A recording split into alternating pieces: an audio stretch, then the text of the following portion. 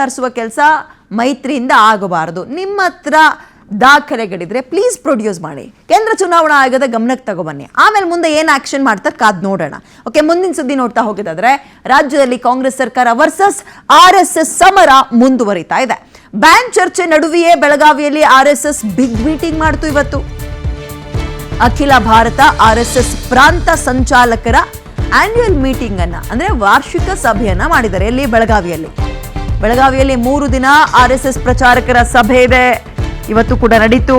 Doctor Mohan Bhagwat ಸೇರಿ ಇನ್ನೂ ಹಲವು ಹಿರಿಯ ನಾಯಕರು ಭಾಗಿಯಾಗಿದ್ರು. ಅನಗೋಳದ ಸಂತ ಮೀರಾ ಶಾಲೆಯಲ್ಲಿ ಇವತ್ತು RSS ಸಭೆ ಮಾಡಿದ್ರು. ತುಂಬಾ ಲಿಮಿಟೆಡ್, ಎಲ್ಲರೂ ಬಂದವ್ರನ್ನೆಲ್ಲ ಸೇರಿಸ್ಕೊಂಡಿಲ್ಲ. ಇವತ್ತು ಸಭೆಯಲ್ಲಿ ರಾಮ ಮಂದಿರ ಹುಂಡಿ ಕಳ್ತನದ ಬಗ್ಗೆಯೂ ಕೂಡ ಚರ್ಚೆ ಆಗಿದೆಯಂತೆ.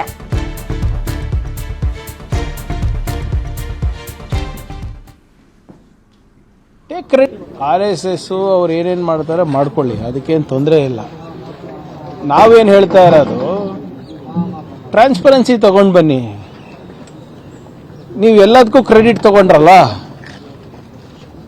ಸುಪ್ರೀಂ ಕೋರ್ಟ್ ಆದೇಶಕ್ಕೆ ಕ್ರೆಡಿಟ್ ತಗೊಂಡ್ರಿ, ಶಂಕುಸ್ಥಾಪನೆ ಕ್ರೆಡಿಟ್ ತಗೊಂಡ್ರಿ, ಪ್ರಾಣ ಪ್ರತಿಷ್ಠಾಪನೆ ಕ್ರೆಡಿಟ್ ತಗೊಂಡ್ರಿ, ನೀವು ಧ್ವಜಾರೋಹಣೆಗೆ ಕ್ರೆಡಿಟ್ ತಗೊಂಡ್ರಿ, ಕಳ್ತನಕ್ಕೂ ಕ್ರೆಡಿಟ್ ತಗೊಳ್ಳಿ. ನಿಮ್ಮವರೇ ಅಲ್ವಾ ಇದ್ದಿದ್ದಲ್ಲಿ.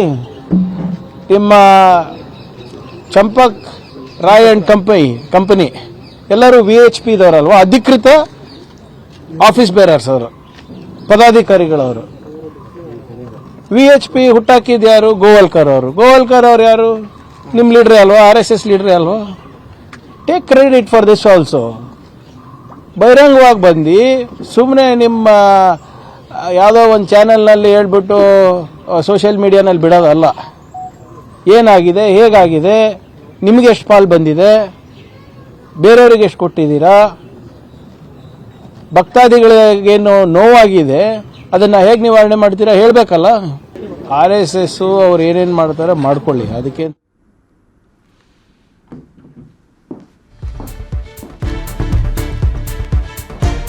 ಬೆಳಗಾವಿ RSS ಮೀಟಿಂಗ್ ಬಗ್ಗೆ KPCC ಅಧ್ಯಕ್ಷರಾಗಿರುವ BK Hariprasad ವ್ಯಂಗ್ಯವಾಡಿದ್ದಾರೆ.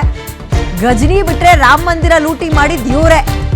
RSS meeting ಮಾಡಿದ್ಮೇಲೆ ಏನಾದ್ರೂ ಅನಾಹುತ ಆಗ್ಬಿಡುತ್ತೆ.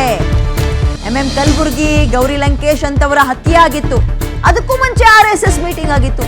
ಈಗಲೂ ಏನಾಗುತ್ತೋ ಏನೋ ಅನ್ನೋ ರೀತಿಯಲ್ಲಿ ಮಾತಾಡಿದ್ದಾರೆ. ಬೆಳಗಾವಿ RSS ಸಭೆ ಬಳಿಕ ಏನಾಗುತ್ತೋ ನೋಡ್ಬೇಕು ಅಂತ ಹಿಂದೆ ಆದ ಘಟನೆಗಳನ್ನ ನೆನಪಿಸಿಕೊಂಡು ಮುಂದೆ ಏನು ಅನಾಹುತ ಆಗುತ್ತೋ ಅನ್ನೋ ರೀತಿಯಲ್ಲಿ ಭವಿಷ್ಯ ನುಡಿದಿದ್ದಾರೆ KPCC ಅಧ್ಯಕ್ಷ BK ಹರಿಪ್ರಸಾದ್. ಮೊದಲು ಅವರ ಸಭೆ ಆಗಲಿ, ಆಮೇಲೆ ಏನಾದರೂ ಆದರೆ ಮಾತಾಡ್ತೀನಿ ಹಿಂಗಂತ RSS ವಿರುದ್ಧ BK ಹರಿಪ್ರಸಾದ್ ಕೆಂಡ ಕಾರಿದ್ದಾರೆ. ಅವರು ಬೆಳಗಾಮಲ್ಲಿ ಯಾಕೆ ಮೀಟಿಂಗ್ ಮಾಡ್ತಾ ಇದ್ದಾರೆ ಅಂತ ನನಗೇನು ಗೊತ್ತಾಗ್ತಾ ಇಲ್ಲ. ಅದು ಅವ್ರ ಸಭೆ ಆದ ನಂತರ ಏನಾದರೂ ವಿಚಾರ ಬಂದರೆ ಅದಕ್ಕೆ ಉತ್ತರ ಕೊಡೋಣ. ಯಾಕಂದರೆ ಅವ್ರು ಯಾವಾಗಲೂ ಮೀಟಿಂಗ್ ಆದಾಗ ಕೆಲವೆಲ್ಲ ಆಗುತ್ತೆ. ದಬೋಲ್ಕರ್, ಪನ್ಸಾರೆ, ಕಲಬುರ್ಗಿ ಅವರು, ಗೌರಿ ಲಂಕೇಶ್ನ ಹತ್ಯೆ ಆಗೋಕ್ಕಿಂತ ಮೊದಲು ಸಹ ಈ ಥರ ಮೀಟಿಂಗ್ಗಳು ನಡೆದಿತ್ತು. ಈಗಲೂ ಸಹ ಮೀಟಿಂಗ್ ನಡೆಯುತ್ತೆ. ಮುಂದೆ ಭವಿಷ್ಯದಲ್ಲಿ ಏನೇನು ಅನಾಹುತಗಳು, ತೊಂದರೆಗಳಾಗುತ್ತೆ ಅನ್ನೋದನ್ನು ನೋಡಿ ಆಮೇಲೆ ಟಿಪ್ಪಣಿ ಕೊಡೋಣ.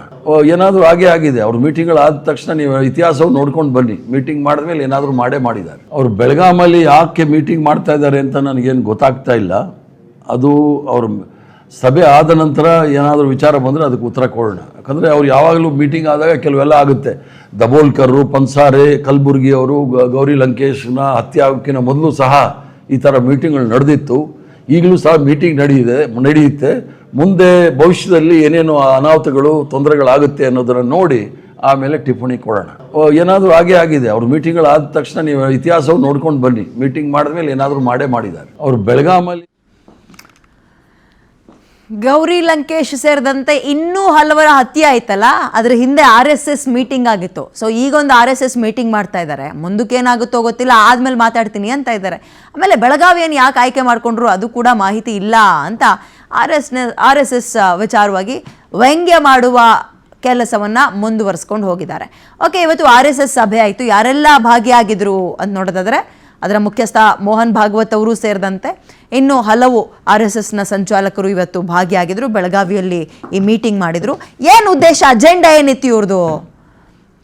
ಫಸ್ಟು ಈ ದತ್ತಾತ್ರೇಯ ಹೊಸಬಾಳೆ RSSನ ಪ್ರಧಾನ ಕಾರ್ಯದರ್ಶಿ ಅವರು ಇದ್ರು, ಮೋಹನ್ ಭಾಗವತ್ ಇದ್ರು. ಹಾಗೆ ಇನ್ನೊಂದಷ್ಟು ಜನ ಭಾಗಿಯಾಗಿದ್ರು, ಅಲ್ಲಿಯ ಜಂಟಿ ಪ್ರಧಾನ ಕಾರ್ಯದರ್ಶಿ ಡಾಕ್ಟರ್ ಕೃಷ್ಣ ಗೋಪಾಲ ಅಂತ. ಬಟ್ ಇಂಪಾರ್ಟೆಂಟ್ ಏನು ಗೊತ್ತಾ, ಏನು ಚರ್ಚೆ ಮಾಡಿದ್ರು ಅಂತ 3 ದಿನ ಇರುತ್ತೆ. ಈಗ ಶತಮಾನೋತ್ಸವ ಆಚರಿಸ್ಕೊಳ್ತಾ ಇದ್ರಲ್ಲ, 100 ವರ್ಷ ಕಳೆದಿದೆ RSS ಅಂತ, ಅದನ್ನು ಇನ್ನೂ ವಿಸ್ತೃತವಾಗಿ ಇನ್ನೂ ವಿಜೃಂಭಣೆಯಿಂದ ಎಲ್ಲೆಲ್ಲಿ ಮಾಡ್ಬೋದು ಅಂತ ಒಂದು. ಎರಡನೇದು, ಅದೆಲ್ಲದಕ್ಕಿಂತ ಇಂಪಾರ್ಟೆಂಟ್ ನೋಡಿ, ಈ RSS ಇದೆಯಲ್ಲ, ರಾಮ ಮಂದಿರ ಉದ್ಘಾಟನೆ, ರಾಮ ಮಂದಿರ ಒಂದು ಕಟ್ಟುವ ವಿಚಾರದಿಂದ ಹಿಡಿದು ಎಲ್ಲದರಲ್ಲೂ ಬಹಳ ಮುಂದಿನ ಹೆಜ್ಜೆಯನ್ನು ಇಟ್ಟಿದ್ರು. ಬಟ್ ಅವರಿಗೆ ತೀರಾ ಮುಜುಗರ ರೀ, ಮುಖಭಂಗ. ಯಾಕಂದರೆ 2 ವರ್ಷ ಆಗಿಲ್ಲ, ದಶಕಗಳ ಒಂದು ಇತಿಹಾಸ ಇದೆ, ಫೈಟ್ ಮಾಡಿರುವಂತಹ ಇತಿಹಾಸ ಇದೆ. 100 ಜನ ಪ್ರಾಣವನ್ನು ತ್ಯಾಗ ಮಾಡಿದ್ದಾರೆ ಅದಕ್ಕೋಸ್ಕರ. ಅಂತಹ ಜಾಗಕ್ಕೆ ರಾಮ ಮಂದಿರ 2 ವರ್ಷ ಕೋಟ್ಯಾಂತರ ರೂಪಾಯಿಯನ್ನ ನುಂಗ್ತಾರೆ ಅಂದರೆ, RSS ಅದರಲ್ಲಿ ಭಾಗಿಯಾಗಿತ್ತು. ಯಾವುದರಲ್ಲಿ? ರಾಮ ಮಂದಿರ ಕಟ್ಟೋ ವಿಚಾರದಲ್ಲಿ. ಮುಖಭಂಗ ಅವರಿಗೆ. ಓಕೆ, ಬನ್ನಿ ಇವತ್ತು ಮೀಟಿಂಗ್ನಲ್ಲಿ ಏನೇನು ಚರ್ಚೆ ಆಯಿತು ಆ್ಯಂಡ್ ಈ ವಾರ್ಷಿಕ ಸಭೆಯ ಅಜೆಂಡಾ ಏನಿತ್ತು ಅಂತ ನೋಡೋಣ. ಈ ಸಂಘಟನೆಯನ್ನು ವಿಸ್ತರಣೆ ಮಾಡಬೇಕು ಅನ್ನೋದ್ರ ಕುರಿತು ಚರ್ಚೆ ಮಾಡಿದ್ದಾರೆ RSSನವರು. ಮತ್ತು ಶತಮಾನೋತ್ಸವ ಕಾರ್ಯಕ್ರಮಗಳ ರೂಪುರೇಷೆ ಇನ್ನು ಮುಂದಕ್ಕೆ ಹೇಗಿರಬೇಕು ಅಂತ. ಆಲ್ರೆಡಿ ಶತಮಾನೋತ್ಸವದ ಸೆಲೆಬ್ರೇಷನ್ ಮೋಡ್ ಸ್ವಿಚ್ ಆನ್ ಆಗಿದೆ. ರಾಜ್ಯದಲ್ಲೂ ಹಲವು ಕಡೆ ಮಾಡಿದ್ರು, ನೀವು ನೋಡಿರ್ತೀರಿ, ನಿಮ್ಮೂರುಗಳಲ್ಲೂ ಆಗಿರ್ಬೋದು ಬಹುಶಃ. ಆಮೇಲೆ ರಾಮ ಮಂದಿರ ಕಾಣಿಕೆ ಕಳ್ತನದ ವಿಚಾರ ಚರ್ಚೆ ಆಗಿರುವ ಸಾಧ್ಯತೆ ಇರುತ್ತೆ. ಮಾಡಲೇಬೇಕು ಅವರು ಈ ವಿಚಾರವನ್ನು ಈ ಸಲ. ಅದಾದಮೇಲೆ ರಾಮ ಮಂದಿರ ಆಯ್ತಾ, ಬದ್ರಿನಾಥ್ ದೇಗುಲದಲ್ಲೂ ಅದೇ ಕರ್ಮ, ಕಾಣಿಕೆ ಕಳ್ತನ, ಹುಂಡಿ ಕಳ್ತನ, ಇದರ ಬಗ್ಗೆಯೂ ಚರ್ಚೆ ಆಗೋ ಸಾಧ್ಯತೆ ಇದೆ. RSS ತರಬೇತಿ ವರ್ಗಗಳ ಪರಿಶೀಲನೆ ಮತ್ತು ಕಾರ್ಯಯೋಜನೆ ಏನೋ ಚರ್ಚೆ ಮಾಡ್ಕೊಳ್ತಾರಂತೆ. ಮಾಡ್ಕೊಳ್ಳಿ ಬಿಡಿ.